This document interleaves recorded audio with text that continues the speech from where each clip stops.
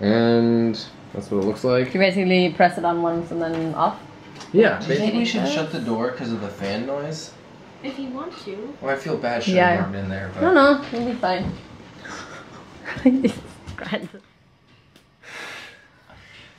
Hello, it's me again, and my lovely wife, who is going to be helping out with this review. It's actually not really a review. This is something we've never really done before. We had the opportunity to check out a prototype of a game that I actually kickstarted a little while ago. And we were traveling, we were in Copenhagen, and I reached out to the designer because I just thought it'd be fun to see how the game was doing. And Jacob was super gracious, and he was like, yeah, come by the studio and check it out, and we'd love to have you do a play test if you wanted. And so, of course, I immediately said yes, and then asked my wife afterwards if that was okay. So here you are. Okay. And yeah, so this is the setup. You can just start by reading this. Okay. And then it explains everything. I like it. It's called Fog of Love. It's all about, it's like a... It's making a romantic comedy is the theme of the game, basically. Okay. Wait, no, other way. Oh, right, yeah, because you're pink and blue. Yep. And then put it on 0. Just take one of these? Yeah. Okay. Fog of Love is a game about relationship, and it is funny to be like, I feel like we're in an experiment. I know. We shot a ton of footage, and we're going to do something we've never really done before, which is like a preview. It's not really review. We're going to do a gameplay video next, and then sort of share our final thoughts or conclusions. So we're actually going to have 3 videos out of this. And we were supposed to get this one done a little while ago, but we've been traveling. We were in the Netherlands for a while, and then we were in Paris, and we thought, hey, that'd be a great place to shoot it, the City of Love. But needless to say, we didn't.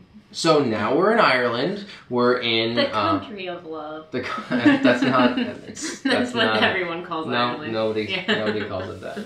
But it's it's romantic in its own way. And we're visiting our friend Sarah. Sarah is actually the one holding the camera this time because my wife is on this side of the camera, and her husband Martin, who are also in love, and we're in love, and we're going to be talking about Fog of Love. And okay, so first impressions. Well, I hadn't even really remembered that you kickstarted it. Oh yeah, I didn't really at tell all. you. I kickstarted it for you, but I didn't really tell you. Yeah, and so, I mean, my first impression, I didn't know what to expect. I liked the title, obviously. The board is super beautiful. The colors on it, the design overall was really pretty. Which, it's worth noting that this is not the original board that was on the Kickstarter page. What do you think about the new board? This design? Oh wow, I really like it. Look at the arrows. So you changed the direction on those, right? Yeah. Previously we had like one spot for each chapter you play, so you can turn them around. Just put the chapters here in one file, then you turn it around and then play upwards. And then when you see this chapter, when it's finished, you just discard it and then the next one. So there's a different kind of flow there with the board. So we could save some space and then, but also then use some other space as well in the center. And then I think that worked very well for us. And also we changed the direction of the arrows up down instead of right left, because people had difficulty. A lot of people are left right blind. And then especially because when you see it from this perspective, left right is something, you know, in cards, but from the other perspective, it's the other way around. So there's a lot of confusion. While when you think up down as a basic metaphor and way of orienting, it's much easier for people to cope with. Right. So we changed that and changed a lot of design of the cards because of that, because it takes more space, vertical space. So the spacing between the lines, all that needed to change as well. It looks different, but it's definitely the same general aesthetic. And it's an intriguing idea for a board game. A cooperative game. Semi-cooperative. Well, yeah, so there's different game modes, right? Like all the Kickstarter backers, we get a ton of expansions right in the box, but then there might even be more later, because those expansions are almost like modules. So we played like the most basic one, and that's pretty much full-on cooperative. Like you meet, and then you kind of go through a romance, and at the end, it's sort of interesting. It's a cooperative game even in that mode, it's a fully cooperative game, but you have secret objectives. And so there's something really interesting going on where with a shared trait goal, you should count the combined balance. That's interesting, right? Because that means that it's positive in the sense that if both of us are on the one end, right, but then on the other hand, you can drag me down. So if you're like, if you need to be introverted for a personal goal and I somehow have a shared goal of us being extroverted, this is a tough relationship.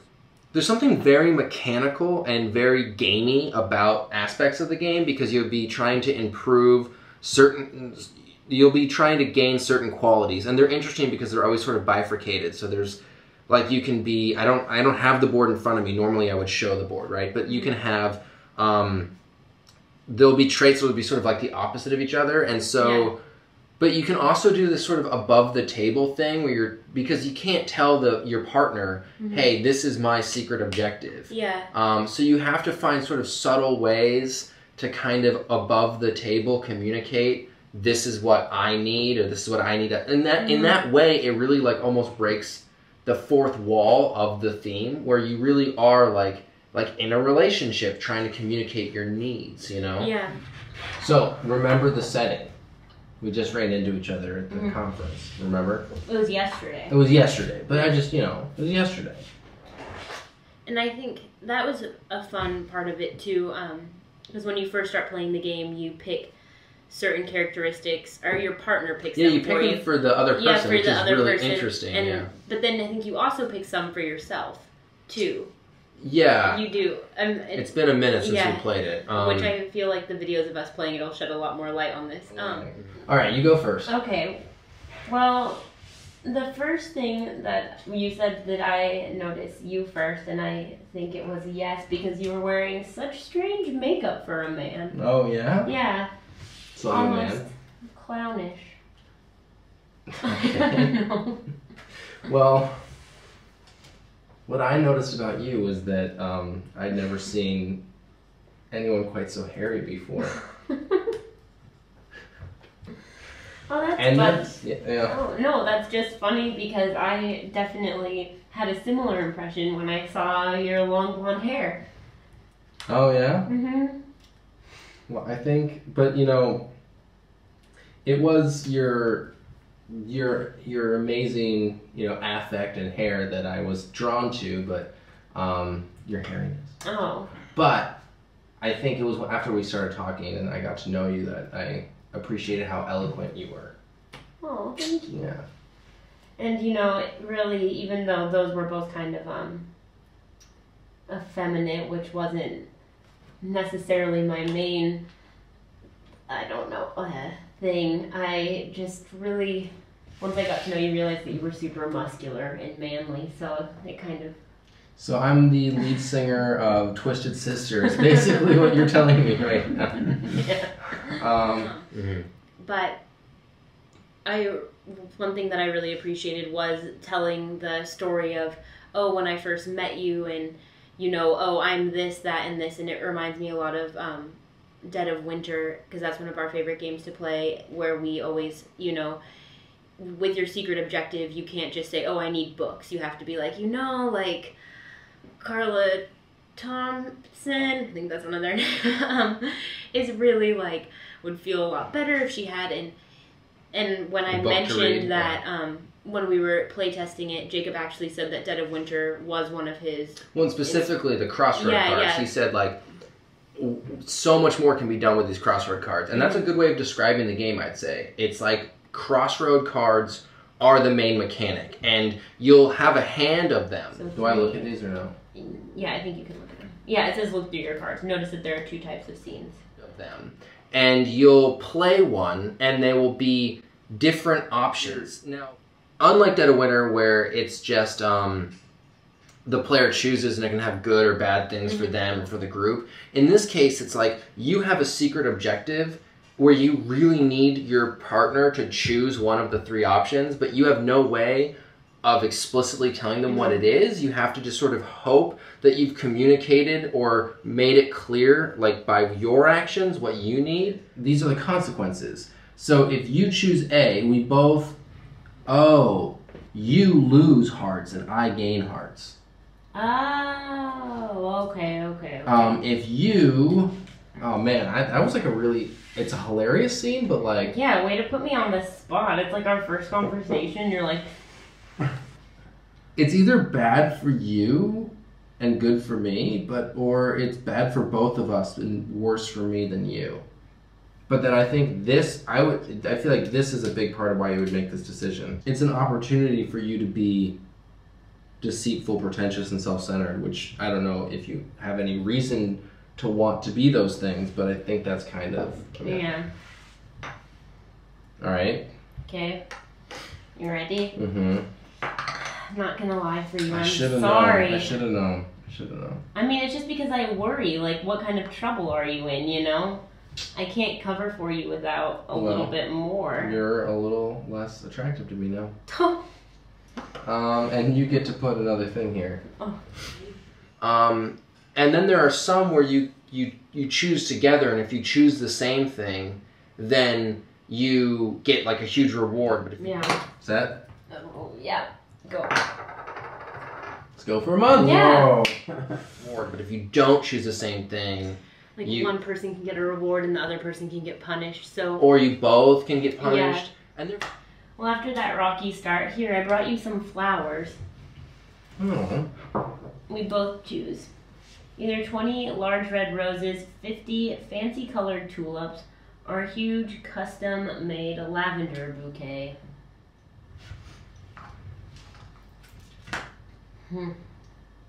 This is hard. Mm-hmm. Oh.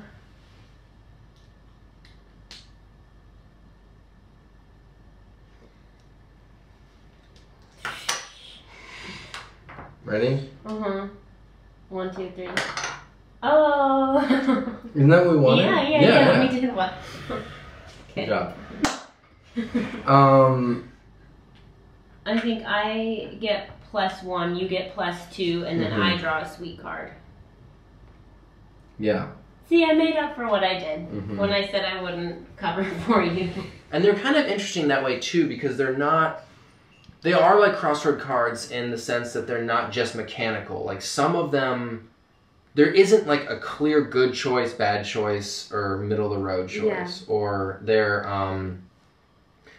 the theme really comes through, like the flavor text of it. Like when we were playing it, one of them was I was playing as the guy and he was the girl, and it was, what does she cook you for breakfast? And his character was kind of like an eccentric, I forget what your job was, but I remember I was a police officer and I was like kind of, like wanting to be more adventurous. And I was like a professional cosplayer.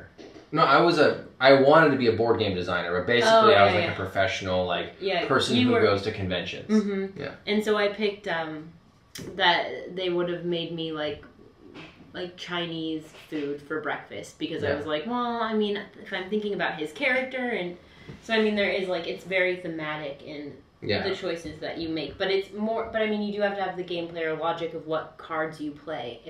Right. Well, you can kind of play it either way. Like it's interesting because you can play it very board gamey and very like, this is the rational choice to make, or you can play it completely like, my character would make you Chinese noodles. But then there are those times where you have to think, my partner plays it thematically, and so they're going to choose Chinese noodles. So the gamer in me is going to choose the thing that makes sense. You know what I mean? So it is an interesting marriage, if you will, of those two kinds of things. And I noticed that you were hairy, eloquent, and had a symmetrical face. And you like me for purely physical reasons. Okay. Ready? I guess. 1, 2, 3. In sync. We're gonna be tourists. I know, well, because I figured that like normally I would do the like classic restaurant date, but like you seemed a little bit different, so like we went out on a limb. Or I even was like, let's go to a restaurant, and you were like, no, I want to go. I like how you change your voice from other characters. The only thing that I would say is that in the version that we played, the scenario that we played, which is like the prototype version, I had a little bit of difficulty. Once we got that ball rolling and we started telling that story, it was really fun, and I think that we both had a lot of fun doing that. And we have a little bit of practice doing it too with Dead of Winter and other games. Yeah. But it was a little bit difficult at first because there isn't really like a premise. Like there's not really a setting, and you kind of have to make it up. But it's sort of like harder to make up a story when you have, it's like starting with nothing and a blank page, right? And so what I'm really looking forward to are those scenarios. The like there's like a horror one or like a paranormal one. There's one that's going to be like a legacy game. Yeah, that'll be a lot of fun. There's the semi-cooperative one. There's the one that involves your in-laws. So I don't know. Yeah. Anything that would give you a little bit of meat, because I felt like some of the cards were sort of like, they didn't necessarily even follow each other because they were like the cards themselves weren't themed in any way. Yeah.